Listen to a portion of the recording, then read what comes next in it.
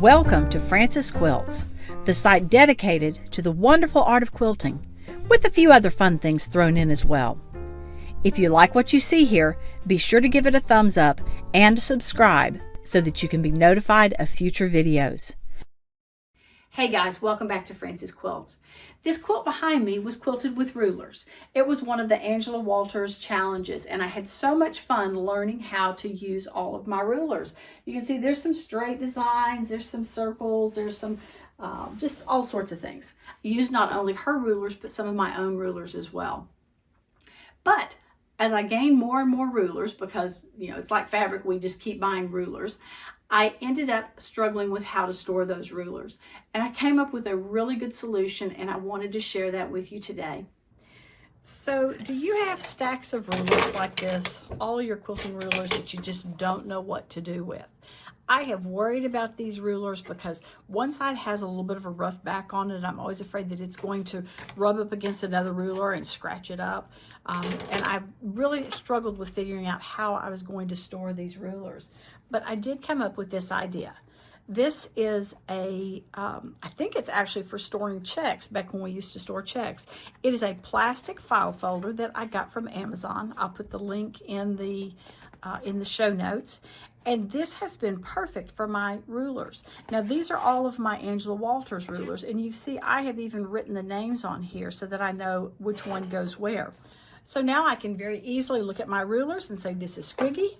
He goes right there in the Squiggy holder. And let's see, next is Archie. Where does Archie go? Right back here. And Taj. And Sid. Who else do I have? I have Shorty, Shelly, and Elvira. They all fit wonderfully in there, and there's room for even more as I've added more rulers. The thing that I really like about this is if I'm traveling somewhere and want to take my rulers, I can just fold this down and pull that over the top, and it's ready to travel. I actually have 3 of these that I'm using right now, and I have them stored in a bottom drawer of one of my cabinets. Let me show you. This drawer fits just underneath my quilting table, and I have those 2, and I can stick one more in there, and actually I probably have room for another one right there if I want to. So this way I have all of my quilting rulers stored in one area. I can get to them easily. They're not scraping each other or hurting each other.